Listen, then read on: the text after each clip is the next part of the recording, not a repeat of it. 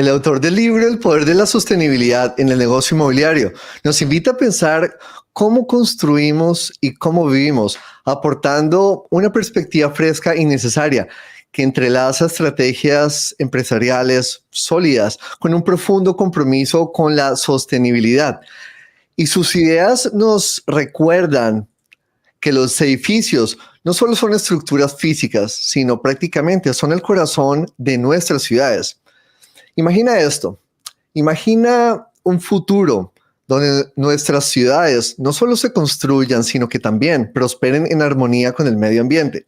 Imagina que esas ciudades donde cada proyecto inmobiliario no solo sea rentable, sino también responsable y donde cada estructura mejore la calidad de vida de sus habitantes.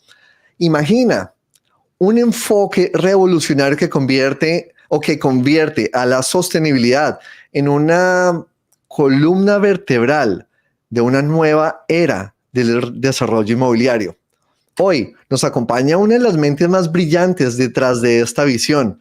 Nuestro invitado es un líder apasionado que ha dedicado su carrera a mostrarle al mundo que la sostenibilidad en los negocios no es solo posible, sino que es esencial y puede ser exageradamente rentable. Y ha transformado el modo en que los agentes inmobiliarios o realtors perciben su rol, revelando cómo la construcción consciente no solo cuida nuestro planeta, sino que también genera valor tangible para todas las partes interesadas. Hoy tenemos la oportunidad única de conversar con un autor que ha inspirado a miles y miles de personas, un visionario que ha articulado con una fuerza espectacular el poder de la sostenibilidad como estrategia de negocio, un hombre cuyo trabajo está redefiniendo el futuro del desarrollo urbano. Johan, muchísimas gracias por aceptar nuestra invitación. Gracias, Andrés, gracias, Pilar, gracias, Raúl. Y la verdad es que con tu introducción, Andrés, yo creo que ya hicimos todo el evento. Ya no, casi que no tengo más nada que decir, sino a lo que ya tú has dicho, ya lo recogiste muy bien, ¿no? Mira, en la conversación antes de que estuviéramos al aire, les pedí a ustedes un poco para ponernos en contexto de la conversación, qué es lo que entienden ustedes por sostenibilidad en el negocio inmobiliario, qué es lo primero que les viene a la cabeza. Yo no te preguntaría a ti, Andrés, porque yo creo que tienes una opinión bastante, digamos que no es la usual que estoy oyendo. Y Pilar también, empezamos a hablar del tema de la sostenibilidad. Te pregunto a ti, Raúl, te pregunto si... O sea, quedé yo, pues no hay para más nadie, pues sino para mí. Mira, para mí la sostenibilidad en el tema de los bienes raíces y las nuevas estructuras mobiliarias son edificios que vayan en armonía con la naturaleza y sean más eficientes cada día en el uso no solamente de materiales, sino de la energía, en el uso de los recursos, aprovechar los recursos que se tienen en cada región. Por ejemplo, acá en Florida, como hablamos de luz solar durante los 365 días del año, que eso sea una colaboración para que esta edificación sea más eficiente energéticamente. También se me viene a la cabeza, Johan, el tema de los materiales de construcción, de qué tipo de materiales estamos utilizando para que sean menos agresivos, no solamente desde el punto de vista de su uso final, sino en el proceso de producción de estos materiales que van a ser utilizados en la edificación.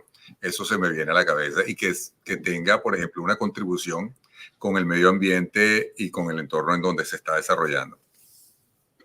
Mira, pues te agradezco que me hayas dicho eso porque eso es exactamente lo que piensa la gran mayoría de la gente de manera correcta, pero esa es la punta del iceberg, esa es la parte interesante de esto, ¿no? Y la gente cuando habla de construcción sostenible se centra en esas dos cosas, pero lo que a mí me ha preocupado hace tiempo que nos olvidamos un poco, bueno, a lo mejor no nos olvidamos o no nos concentramos en cómo beneficia eso a quienes van a usar los edificios en última instancia. Tenemos un beneficio quizá a nivel de material de construcción, del ambiente, de la energía, pero ajá, ¿cómo se refleja eso en los que van a firmar el cheque y van a comprar el inmueble o van a pagar la renta? Entonces, tú sabes, tenemos que empezar a ver un poquito más allá de eso. Y como te dije y como les mencionaba, es un iceberg. Eso es la punta, la parte ambiental, pero abajo la cosa es inmensa, es gigantesca lo que la sostenibilidad trae. Y también el término de sostenibilidad lo usamos un poco como paraguas para englobar toda esa serie de cosas, pero mira, hoy vamos a tener una conversación bien franca, mano, bien honesta, bien a calzón quitado. A la gente habla de la sostenibilidad, pero muy poca gente le importa en realidad la sostenibilidad. Mira, chévere que me vas a vender un inmueble, la sostenibilidad, bueno, pero yo lo que quiero saber es location, price y si me sirve o no me sirve, ¿me entiendes?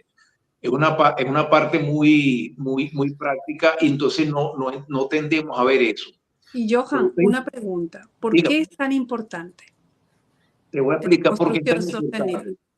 Fíjate, hay tres números que a mí los tengo grabados con hierro caliente en la cabeza y es lo que hace y que yo agradezco que esté en esta industria por la importancia que tienen. Fíjate, el 90% del tiempo lo pasamos dentro de espacios construidos. Entonces, nosotros funcionamos como personas dependiendo de la calidad del ambiente donde estamos. Imagínate la importancia que tiene que nosotros proveamos a las personas de ambientes donde se sientan bien. Winston Churchill decía que los pueblos son un reflejo de sus edificios. Si son malos edificios, los pueblos no son buenos. 90% del tiempo. Imagínate el tamaño, la responsabilidad que tenemos en la mano de meter a una persona en un espacio bueno o malo. El otro número es 40% de las emisiones totales de CO2 del planeta son atribuibles a la industria inmobiliaria. De ese 40%, el 70% se va en la operación de los edificios, los inmuebles, las casas, los hospitales, eso es las luces, aire acondicionado, calefacción, todo lo que le guinda y cuelga. Y el otro 30% es la energía que se gasta en construir esos inmuebles. Cualquier cosa que nosotros hagamos un poquito mejor en construcción o en inmuebles, tenemos una contribución inmensa a reducir la huella de carbono. Inmensa, el 40% de las emisiones completas. Y el último número es que el 11% del Producto Territorial Bruto, del Producto Económico Bruto de todas las economías del planeta es de la industria inmobiliaria. El 11% también es un número gigantesco. Entonces, fíjense, los que estamos en esta industria, agentes, desarrolladores, todos los que estamos en la industria inmobiliaria y la construcción, fíjense el tamaño del impacto que nosotros, la responsabilidad que tenemos en la mano y el impacto que nosotros podemos tener para hacer del mundo un mejor sitio, de mejorar vida, de innovar, de cambiar. Ninguna industria se le acerca a esto en ese impacto. Olvídense ni la industria farmacéutica, ni el transporte, ni el petróleo, nada se le acerca al impacto que tiene la industria de la construcción. Y además, como es tan transversal, la tenemos en absolutamente todo, en todos lados. Pues hay construcción hasta debajo de las piedras. Pues. Entonces, cualquier cosa que nosotros hagamos aquí va a tener un impacto muy importante. Y si alguna vez alguien que esté en esta industria sienta que, bueno, ¿cuál es el propósito de la vida? Mi vida no tiene significado. ¿Cuál es el legado que va a...? O sea, agradecele a Dios, a la Virgen de Fátima, a Guadalupe, a quien yo se le agradezco a San Judas Tadeo que estés donde estés, porque lo que tú haces tiene muchísimo impacto. Pues. Correcto.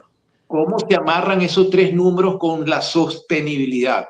¿Qué es la sostenibilidad? Pues la sostenibilidad es el famoso balance, el triple balance, que lo que hagamos, cualquier cosa que hagamos, tiene que ser viable ambientalmente, económicamente y socialmente. Es decir, no nos podemos llevar por delante las otras cosas. Y nos hemos olvidado un poco de eso, pues nos concentramos a lo mejor en la parte económica y nos olvidamos de todo lo demás, pero eso nos alcanza de una u otra manera. En la parte del 90% del impacto, nosotros podemos decir, ese es el impacto social que tiene la industria de la construcción, porque no solamente tiene un impacto con los ocupantes, sino con los vecinos, los que están alrededor. Entonces, el 90% está amplificado. En la parte del 40%, el impacto ambiental, que se refiere solamente a CO2, además tenemos el ahorro de agua, el ahorro en materiales, el ahorro en la protección de los... El impacto es mucho mayor que ese 40%. Y por último, el 11% es el que mejor manejamos el impacto económico. Entonces, ahí, pues, todo lo que hagamos en construcción sostenible, básicamente, por definición, tiene que ser balanceado. ¿Me ibas a preguntar algo, Pilar? O ya se te olvidó. Pilar, estás en mute, Pilar. No nos oye, no nos oye. Yo creo que no nos oye. Bueno, vamos a continuar.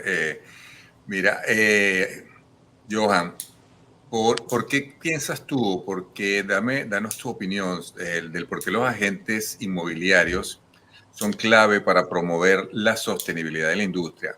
Viendo que lo que tú comentaste al principio, que se ha utilizado la sostenibilidad como un cliché, como para decir, ok, yo soy chévere, es como decir el que ama a los animales o el que ama la naturaleza, pero no está haciendo nada por la naturaleza. Exacto, lo dijiste crudamente, así es. Mira, ¿por qué los agentes de bienes raíces? Yo vengo de la parte constructiva, yo tengo 40 años en el sector construcción, fui contratista, trabajé en instalaciones, yo vengo de la parte de energía, yo vengo de la parte dura de la sostenibilidad. Y cuando me conseguí el movimiento de todo lo que son los edificios verdes, edificios sostenibles, que básicamente pues toma en cuenta todo el impacto y toda la vida que tiene el edificio, decía, mira, ese es el santo grial, mira los beneficios colaterales que se generan porque estás tomando en cuenta no solamente cómo construyes, sino cómo operas el edificio. Empecé a ver una cantidad de cosas y decía, si esto es tan bueno, porque esto no se hace más, no se hace algo viral, por así decirlo? ¿Por qué no lo quiere todo el mundo? Porque yo veo que hay como una trinchera. El tema de la construcción sostenible es un tema que es técnicamente muy fascinante. Y yo creo que ese es el error que hemos tenido nosotros, los técnicos, porque nos quedamos pegados en que sean súper eficientes y los materiales, la técnica constructiva. Entonces nos sumergimos en el tema tecnológico y nos olvidamos y cómo trasladamos ese beneficio a los usuarios. Y los agentes de bienes raíces son claves porque los agentes de bienes raíces son los que están en la trinchera, son los que le están viendo a la cara al que está buscando la casa, el que está alquilando el espacio, el que necesita hacer algo con el inmueble, el que está oyendo las necesidades, el que él está tratando de buscar una mejor solución, está buscando algo que sea una opción que le sirva mejor, que lo ayude más, en fin, los agentes Pero vienen Johan, básicamente un tema psicológicos. Dime, un Pilar. tema que yo muchas veces la gente cree que realmente construir un edificio sostenible es mucho más caro. ¿Eso es verdad? Fíjate, viene amarrado a lo que te acabo de decir.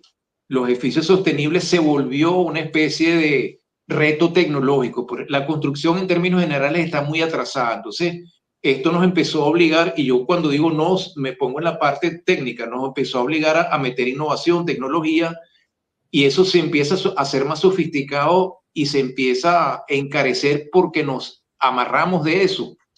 Te cuento un poco la experiencia que yo he tenido con desarrolladores.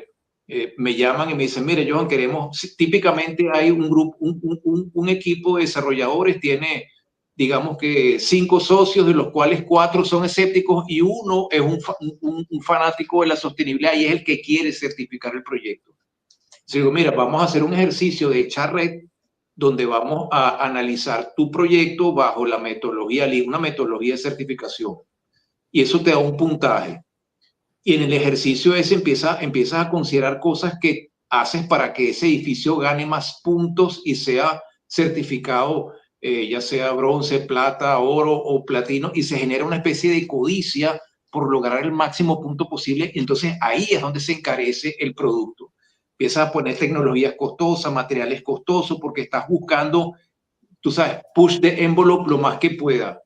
Pero mira, un edificio bien pensado no solamente puede ser no más costoso, sino puede ser más económico que otro que no lo sea, porque lo ves con una óptica totalmente distinta, o lo ves con una óptica de reutilización, de reciclaje, de diseños pasivos, de, tú sabes, mucho sentido común, de reutilizar construcciones que ya tienes hechas. Entonces la ecuación de la sostenibilidad puede ser al revés, puede ser muy económica. Ok, perfecto. Y, por ejemplo, en tu libro te refieres a... déjame que me perdí por aquí. El decálogo. En tu libro te refieres al decálogo, ¿no? ¿Podrías contarme cuáles son esas áreas de clave en la construcción? Hablamos de edificios sostenibles y estamos conversando sobre eso, está bien, muy bien.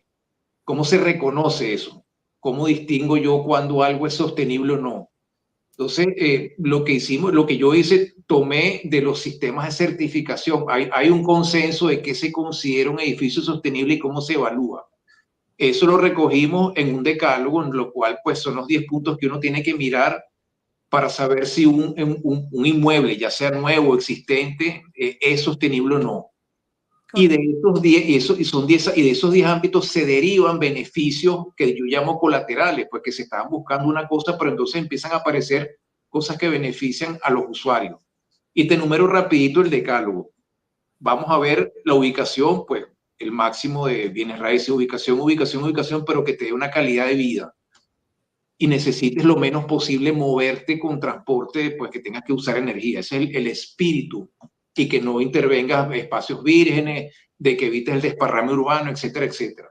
Después el terreno, que sea un terreno adecuado, después que el consumo de agua y energía sea lo menor posible, que la construcción sea lo más eficiente posible, es decir, que genere la menor cantidad de desperdicios posible, que aproveche lo más posible. La calidad de ambiente interno es muy importante, es decir, que responda a calidades de aire fresco, de buena iluminación, buenas visuales, no tengan materiales contaminantes. Esa parte es clave para la sensación de bienestar.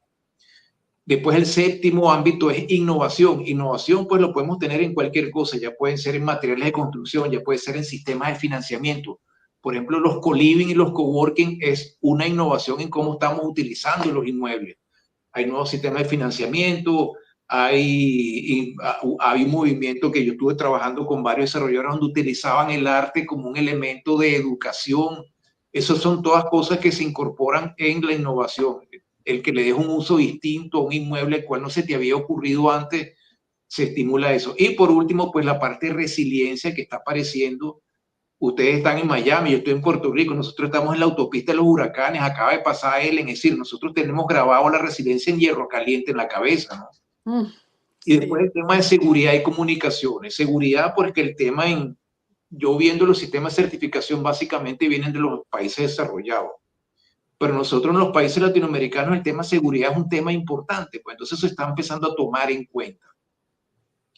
Pero con esos 10 elementos, pues tú puedes generar un criterio de saber qué tan sostenible es cualquier inmueble que tú tengas, un inmueble nuevo, un inmueble existente. Tú te puedes generar una opinión propia de ese inmueble que tú estás manejando. Y a partir de eso tú puedes construir una historia hacia tus clientes donde ese inmueble en particular tiene ciertas características. Y también aprovecho para comentarles que cada proyecto, cada inmueble tiene una personalidad. Siempre es un caso distinto. Hay unos que son muy buenos en energía, otros que son muy buenos en ubicación, otros que son muy buenos en calidad en ambiente interno.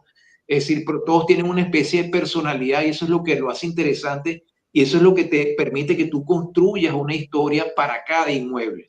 Entonces eso te cambia completamente el panorama y viene un poco el tema de la transformación, pues el mindset. Tú empiezas a ver los inmuebles como algo mucho más vivo, mucho más dinámico, más que presta un servicio, más que tiene una finalidad, más que tiene un propósito y cada uno es distinto. Ok. Joan, una pregunta, porque hablaste hace un rato de que los desarrolladores comienzan una lucha por obtener las certificaciones o esa calificación, ¿verdad?, que le da la industria o los organismos que se encargan de dar esas certificaciones. Primero, quisiera que nos hablaras un poco cuáles son esas certificaciones. Hay una, en mi conocimiento incipiente sobre este tema, están las LED, ¿verdad? Esa calificación LED. Y en el mismo punto, pero hablaste de que los desarrolladores quieren hacer más costosas las edificaciones o poder cobrar más porque le agregan una serie de tecnología. Desde tu punto de vista, esa tecnología extra que le están poniendo los desarrolladores son necesarias para que el edificio sea sostenible.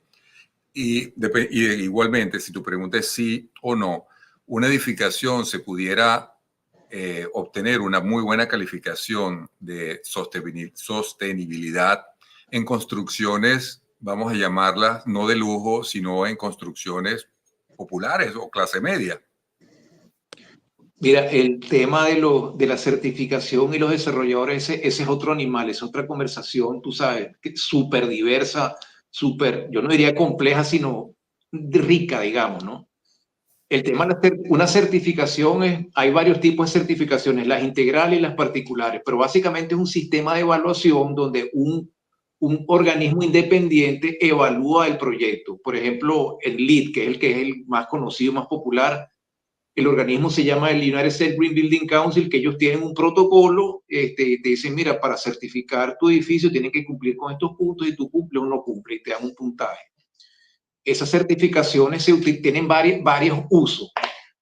Por ejemplo, el gobierno de los Estados Unidos, todos sus edificios nuevos tienen que estar certificados LEED por dos motivos. Uno de los motivos es que, bueno, son más eficientes en términos del uso de la energía, ese es el motivo principal, pero el otro es que es una garantía de calidad, porque los sistemas de certificación te obligan a hacer una cantidad de cosas que usualmente no se hacen en los procesos de construcción, de control de calidad, de evaluación, de medición, en fin, es un proceso bastante más riguroso.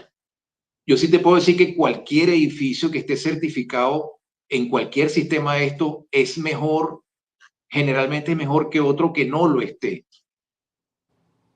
Y ahorita hay un movimiento, yo no sé si han oído hablar de las estrategias ESG, que ahorita pues a las compañías grandes le están exigiendo que demuestren que tienen compromiso ambiental, social y de gobernanza. Entonces, pues, dependiendo de eso, ellos le pueden dar o no créditos, le pueden dar financiamiento. Entonces, están buscando ese tipo de cosas. Y certificar proyectos de construcción es una vía de mostrar que tú puedes comprobar la sostenibilidad de ese edificio. Ahora, tú puedes certificar, fíjate, el caso que estamos trabajando ahorita en Puerto Rico, que me preguntabas, casas de bajo costo, hay un programa de reconstrucción de las viviendas afectadas por los huracanes Irma y María, ¿no? Es un programa un programa de vivienda que tiene un fondo de cerca de 3.000 millones de dólares, es gigantesco el programa. Y yo en lo personal, yo estoy certificando casas de interés social, casas de 800 pies cuadrados, 2 habitaciones, un baño, unas casitas que tú las ves y ni te imaginas que están certificadas como sostenibles. Son unas casas, pero excelentes, de una calidad de vida excepcional, súper eficiente, y son unas casas muy sencillas. A lo mejor hasta pudiéramos hacer un programa para mostrarlas, porque es una cosa que tú le pasas por el lado y no te das cuenta, no es nada espectacular, no tiene un costo excesivo, simplemente es buen diseño, buen criterio, punto, más nada. Y además había que ahorrar lo más posible para hacerlo viable. Pues entonces el reto era una construcción que pues tuviera en el rango de precio de vivienda accesible. Entonces es perfectamente factible tener viviendas de muchísima calidad a muy bajo precio. Y ya que tenemos eso en cuenta de que podemos tener propiedades con excelente calidad a un precio razonable, ¿cuáles son esos primeros pasos o esos primeros pasos más importantes que un inversionista o cualquier desarrollador o constructor inmobiliario debe dar para adoptar un enfoque sostenible y transformar el sector de bienes raíces? Fíjate, aquí hay dos actores importantes que son los desarrolladores y los agentes de bienes raíces. Entonces, hablemos primero de los desarrolladores. Eso que tú me preguntas, Andrés, yo siempre le digo, mira, donde se hace el proyecto, donde se hace realmente es en la fase de conceptualización, cuando tú te sientas a pensar el proyecto. ¿Qué es lo que quiero construir? ¿Dónde lo quiero construir? ¿Y qué quiero lograr con eso? Entonces, ahí empiezas a fijarte objetivos, pues, de hasta dónde quieres llegar tú con tu reto de sostenibilidad y qué quieres hacer tú con eso. Un desarrollador tiene objetivos, tú tienes que tener un objetivo comercial, pues, es decir, puedes tener la buena intención, pero en mi opinión, eso tiene que tener una rentabilidad, pues, tiene que tener una justificación económica. Entonces yo puedo ser un desarrollador que quiero hacer que mi proyecto sea sostenible porque me quiero diferenciar, o porque quiero acceder a créditos fiscales, o porque quiero lograr una permisología favorable, o porque quiero cambiar mi imagen, o porque quiero retener recurso humano, captar y retener recurso humano, o una suma de las anteriores. Entonces, eso define un poco cómo es el proyecto que yo voy a desarrollar. He tenido clientes que me vienen con proyectos listos y me dicen, vamos a evaluarlo, y decir, mira, el proyecto es bueno, pero metiste la pata porque lo ubicaste en un sitio que no tenía sentido. Si lo hubieras conceptualizado mejor, te hubiera salido más barato, lo hubieras construido más rápido, hubieras conseguido los mismos o mejores resultados. pero tienes que sentarte en la fase vital que es la conceptualización. Y después pues, tienes que tener una serie de pasos donde tú te mantienes consistente con el espíritu de ese proyecto hasta que lo llevas al final. Entonces ahí siempre es bueno tener un acompañamiento pues de alguien que sepa el tema para que no te desvíes, para que aproveches al máximo las posibilidades que te da que tú te metas en esa aventura. Por eso también es tu experiencia, ¿no? Que hay que estar con personas que nos puedan guiar, porque yo creo que la gran mayoría de la ciudadanía ahora mismo está, porque yo estoy metida también en el tema de wellness, de tratar de que la gente tome conciencia. Y a mí es un tema que me preocupa, que el agua va a ser lo más preciado dentro de unos años y en poco tiempo. Entonces, ¿cómo contribuye el uso eficiente del agua a la sostenibilidad de un edificio? Bueno, fíjate que el manejo del agua en la sostenibilidad es uno de los temas más fáciles de manejar, paradójicamente, ¿no?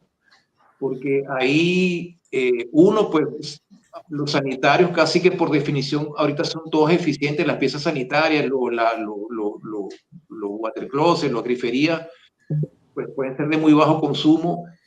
El paisajismo, que generalmente es algo que consume mucha agua, si tú te vas a paisajismo con especies naturales, reduces la irrigación, pero infinitamente. Entonces, y ahorita puedes, tú captas el agua de lluvia o puedes reciclar las aguas grises que te la utilizas para todo aquello que no sea agua potable. Entonces, el manejo del agua es algo que es relativamente fácil de manejar con muy poco costo, con un costo adicional muy bajo. Pero en el edificio es más complicado porque, claro, en una casa tú puedes tener un depósito que recoja el agua, la canaleta que te va directamente, o del baño también puedes eso, usarlo para el baño o para regar. No sé, pero en un edificio como que es más complicado el ver esa postura, ¿no?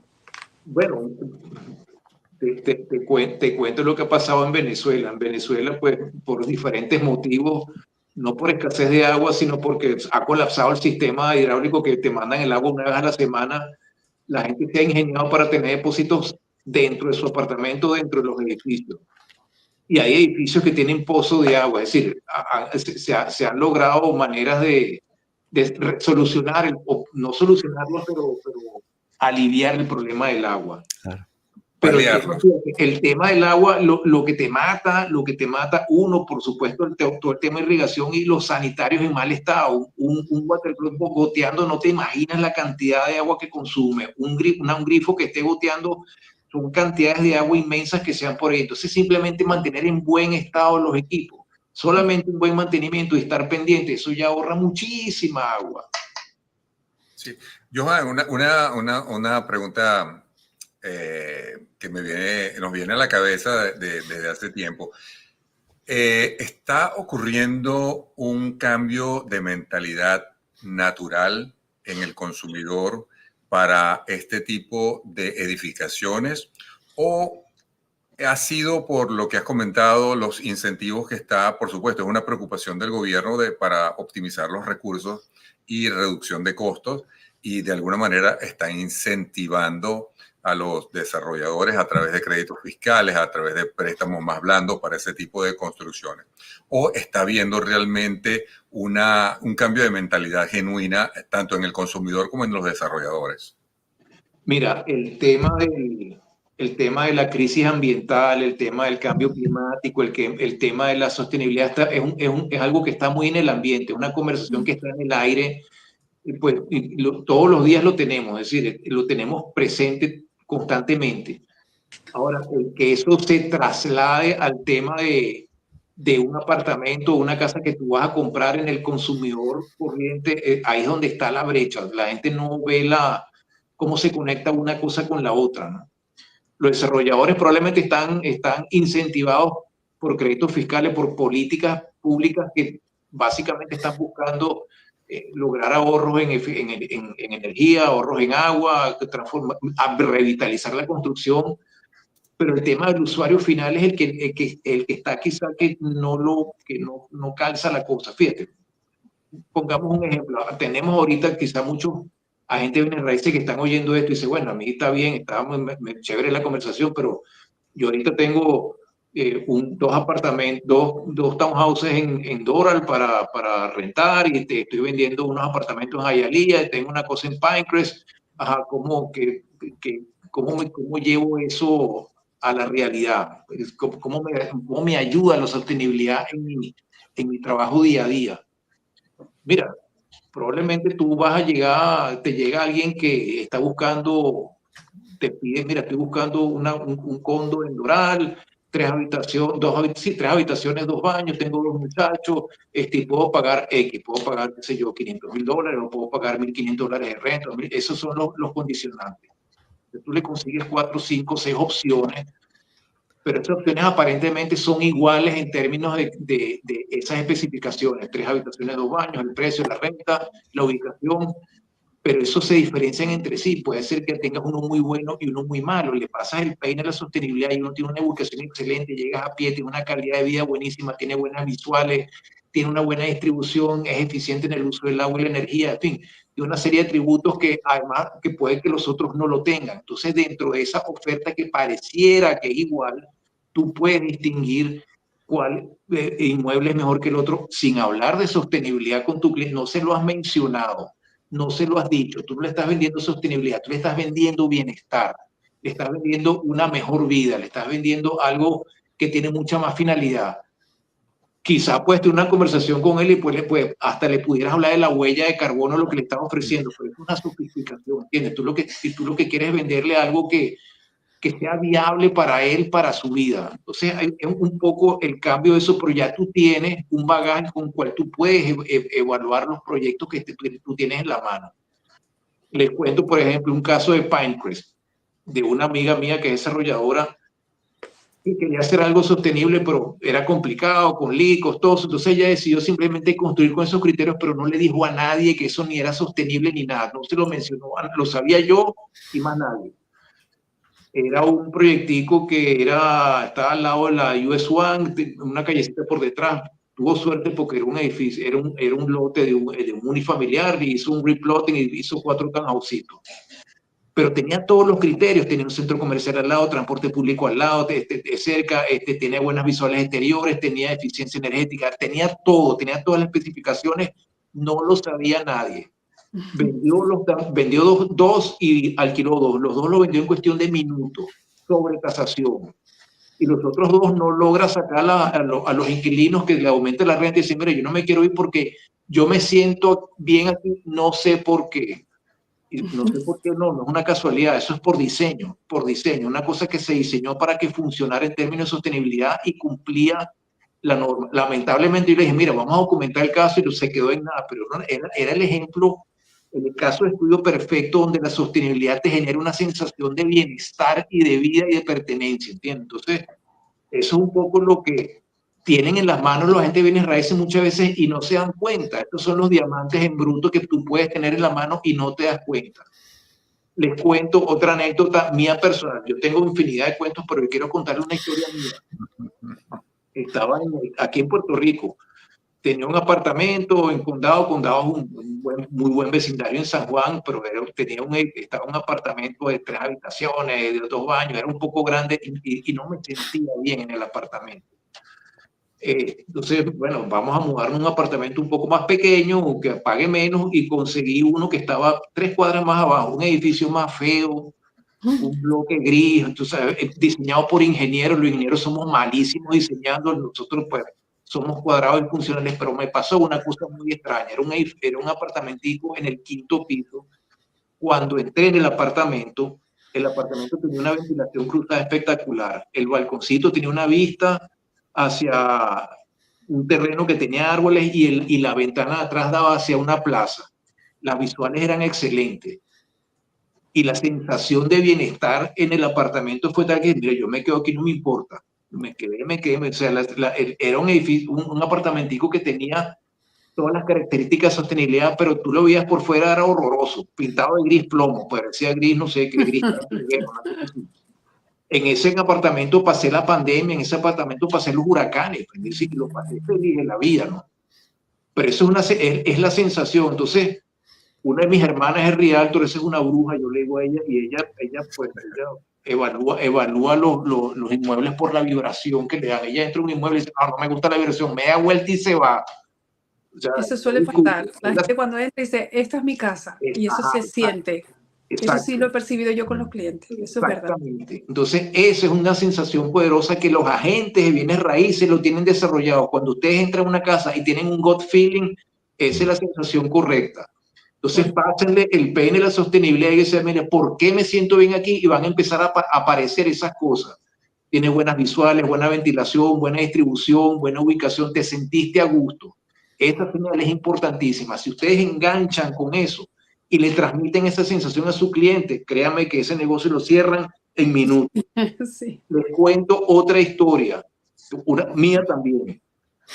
Tenemos una casita de campo, qué sé yo, en el interior de Venezuela, en un lugar que se dice que es un vortex de energía. Yo no creo mucho en eso, pero bueno, en fin. Queríamos vender la casita. Johan, tú eres unicornio, tienes que creer también en el vortex. Bueno, sí, era un vortex de energía. Con tal que no sea sorte, Johan. No. Queda cerca de sorte, pero no era sorte. Yo explica para la audiencia que no sabe qué es sorte, eso lo conocen los venezolanos. ¿Qué es sorte? Yo no sé qué. Es un vortex de energía de otro tipo. Pero negativa. Pero es otra cosa. Bueno, pues la historia con esta casita era que una señora pues se quería mudar al interior, estamos vendiendo la casa, tenía ubicación, precio y documentación legal. Era una de las pocas, pero entonces le daba vuelta y lo pensaba y decía y vamos a ver, hasta que yo le dije, mira, vamos a hacer una cosa, aquí tienes la llave, quédate el fin de semana y deja que la casa te hable. La señora el lunes en la mañana a las 7 me llamó, vamos a firmar ya mismo. Entonces, ese es un tema, se sintió bien ahí, pues entonces es una sensación de que la casa funcionó para ella. Entonces, ese tema te habla mucho, ¿me entiendes? Entonces, otra vez, vuelvo y repito, los agentes de bienes raíces son unos actores poderosos en esto, porque saben manejar esa sensación, la identifican. No, y además ahorita puedes explicar por qué tienes esa sensación ahí con todo, pues las características que tiene la sostenibilidad. No mencionen sostenibilidad porque va a decir, este es un comeflores, este es un tree hugger, una cosa de esa, sino que tiene una calidad de ambiente interno, ventilación cruzada, visuales exteriores, eficiencia, todo lo que ustedes le consigan a la casa, eso estás hablando de sostenibilidad, pero no estás mencionando la palabra sostenibilidad, sino que estás ofreciendo una cartera de beneficios y atributos que un agente de bienes raíces que no maneja el concepto no lo tiene. Ustedes estarían en ventaja frente a otros agentes de bienes raíces que no están manejando el portafolio de beneficios que te da el entender qué tan sostenible es una propiedad. Definitivamente, Johan. Y antes de hacerte mi pregunta, queremos lanzar esta pregunta que tenemos de la audiencia. Y dice, reconociendo que cada proyecto es diferente, ¿cuánto puede ser la diferencia en porcentaje de precio entre una edificación sostenible y una convencional? Mira, puede ser ninguna, puede ser mucha, puede ser más barato. O sea, no hay una ¿Estadística? Claro, además ese es un mito de que la construcción es más costosa. Fíjate, específicamente en aquellos edificios comerciales que están certificados con el sistema LEED, que ellos llevan una estadística de eso. El sistema LEED es muy exigente. A veces tienes que hacer algunas inversiones que no, básicamente en sistemas más eficientes de energía, el costo incremental está entre 3 y 5%. Si te vuelves loco, puedes llegar a 10 y 20%. Y en algunos casos ha sido incluso menor que el convencional. Ahora, eso lo puedes recuperar por diferentes vías. A lo mejor lo vendes más rápido, a lo mejor puedes pedir hay disposición a pagar un costo adicional por esa característica, por la percepción de valor. Entonces, tú sabes, es toda una ecuación. Yo soy de la tesis que si tú tienes un edificio en el cual incurriste en un costo adicional para hacerlo más sostenible, lo que sea, tú tienes que buscar dónde vas a recuperar esa inversión. Entonces, eso tienes que ver o por velocidad de venta o por precio o por algo tienes que encontrar que lo justifique. Si no, empiezas a transitar el camino de la inviabilidad económica, entonces empiezas a desviarte, tú sabes, del espíritu de la sostenibilidad. Entonces, lo que nosotros queremos es que la mayor cantidad de edificaciones sean sostenibles, pues, y eso tenemos que estar en una ecuación donde sean accesibles. Definitivamente. ¿Y cómo crees tú que los proyectos sostenibles pueden convertirse en digámoslo así, catalizadores para el progreso socioeconómico de las comunidades locales y que éstas faciliten la gobernanza eficiente de las autoridades? ¿Y qué impactos positivos pueden emergir a largo plazo? Fíjate, ese es un tema apasionante, ¿no? Porque autoridades locales, típicamente tú tienes el reto de los centros urbanos en decaimiento.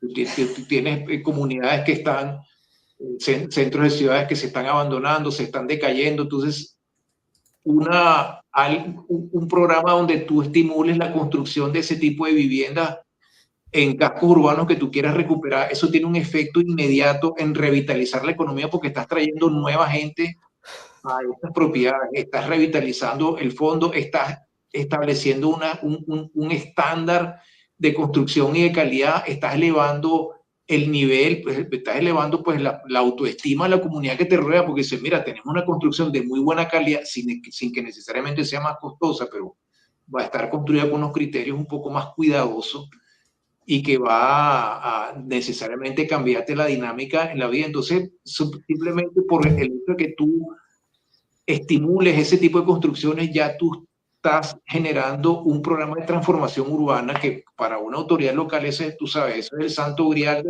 de la gestión municipal.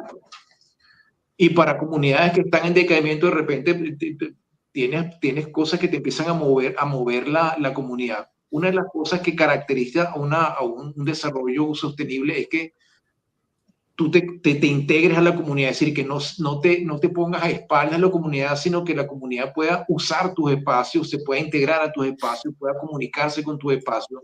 Entonces, eso tú sabes, le da mucha aceptación para empezar, le da mucho sentido de pertenencia. Entonces, como una política pública de desarrollo, pero es espectacular, ¿no? Además, hay otro efecto secundario de política pública. El hecho cuando tú tienes una construcción sostenible, tú estás sometiendo ese proceso a una gran cantidad de gente.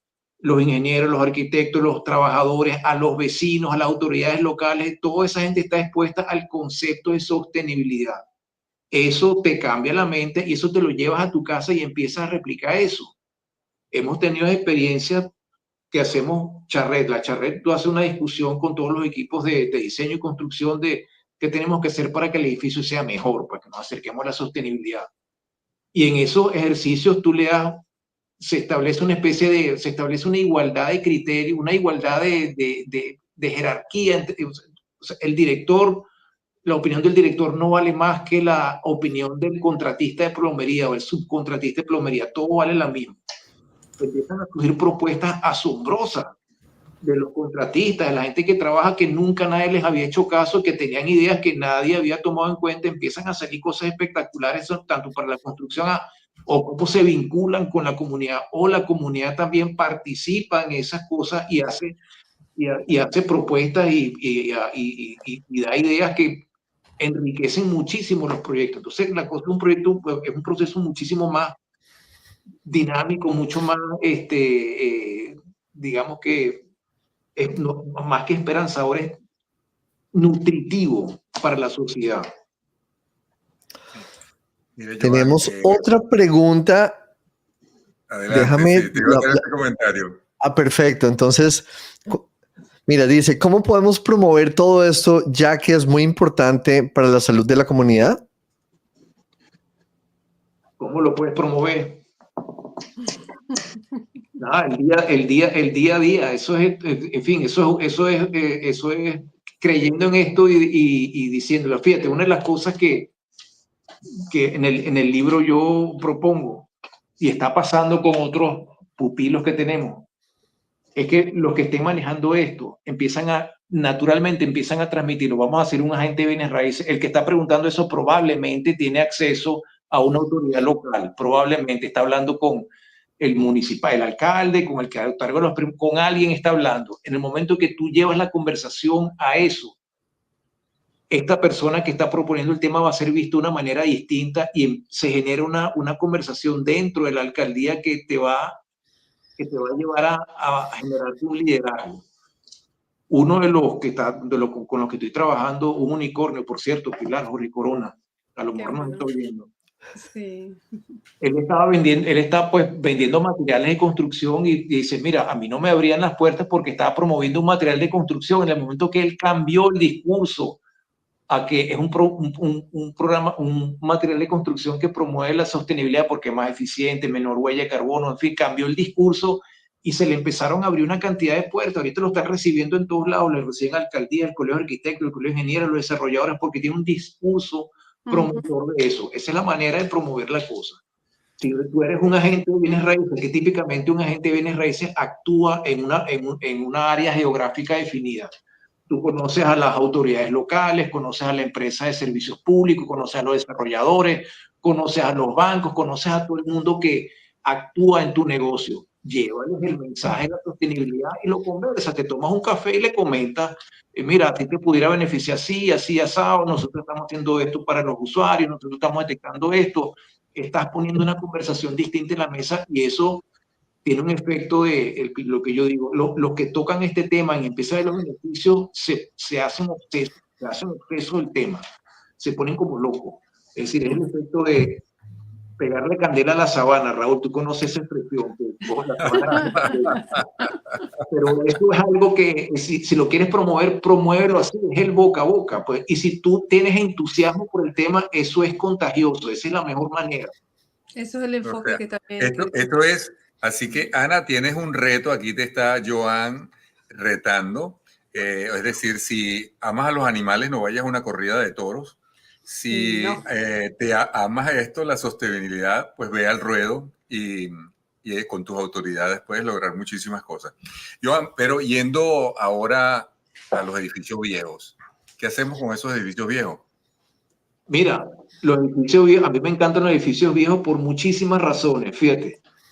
Al principio hablamos que 30% de las emisiones de carbono se invierten en construcción. Un edificio nuevo lo estás reciclando, te ahorraste el 30%, es decir, la huella de carbono de un edificio nuevo es muchísimo menor que uno nuevo. Entonces ya el hecho de que tú tengas un edificio no es viejo, sino un edificio que le estás cambiando el uso. Ese es el paradigma de la sostenibilidad, pues que tú reutilices un edificio viejo, no lo llevas, sino le estás dando un nuevo uso. Mira, nosotros hicimos una de las cosas que hacemos, nos entretenemos aquí en Puerto Rico, hicimos con la Universidad de Chicago y con la Asociación de Edificios Históricos de Puerto Rico, hicimos un ejercicio con un edificio que está en el San Juan Viejo que se llama el Cuartel de Vallajá. El Cuartel de Vallajá era originalmente un cuartel militar que se construyó a principios de los 1800. Y dijimos, bueno, vamos a trasladarnos en el tiempo y vamos a decir que nosotros somos el equipo desarrollador del cuartel de Vallajá a principios de 1800 y lo vamos a certificar LEED. Hicimos el ejercicio y un edificio que se construyó a principios de 1800 podía ser evaluado como una certificación LEED de casi que nivel platino, era uno de los niveles más altos, era una construcción extremadamente eficiente que ha cambiado su uso 4 o 5 veces lo que tiene de vida. Otra vez, edificios viejos. El viejo San Juan ahorita es impagable, impagable. Tú no consigues nada ahí barato porque la cosa, lo que puedas vender te lo arrancan de la mano y son edificios viejísimos que tienen 4 o 5 siglos. Es que, Johan, yo ahí te apoyo porque la construcción de Puerto Rico, Venezuela, muchos, digamos, fue traído de España y yo soy de Islas Canarias y de 1800 los constructores que hicieron ese tipo de obra, como tú estás diciendo, o sea, tenían tal sensibilidad a la hora de preservar lo que es la sustentabilidad, porque tú entrabas a la casa, tenía una temperatura fresquita, porque los muebles, los muros eran súper anchos de ladrillo y luego fuera dependiendo de la época del año, siempre dentro de las casas había un ambiente cálido, o sea, una temperatura y no había aire acondicionado ni nada, pero estaba tan bien construido y eso se transportó a lo que es Latinoamérica, Cuba, Puerto Rico, Santo Domingo, esas mismas construcciones de 1800, que todavía en Canarias se están reformando esas casas, y lo que tú dices, tienen todo lo que es la sustentabilidad de esa época. El problema es que eso, hacer una casa de esas hoy en día sería muy costoso. Entonces tenemos Correcto. unos retos constructivos y económicos, tenemos retos distintos. Entonces si vamos a un edificio viejito, no digamos al principio del siglo, sino algo de del 1960, 1970, una casita vieja, mira, ese es un proyecto perfecto para hacer un revamping. Dice, mira, pues, a alguien le enseñas un apartamentico viejo y dice, mira, aquí tienes la oportunidad, cambias las ventanas, pones el aire acondicionado VRF, le pones pintura sin componentes VOC y ya tienes tu proyecto de sostenibilidad hecho ahí. Es un diamante en bruto, ¿no? Como se suele decir. Claro, y además una inversión relativamente baja y puedes subirle la calidad exponencialmente a ese edificio viejo que probablemente tenga muy buena ubicación, ¿no?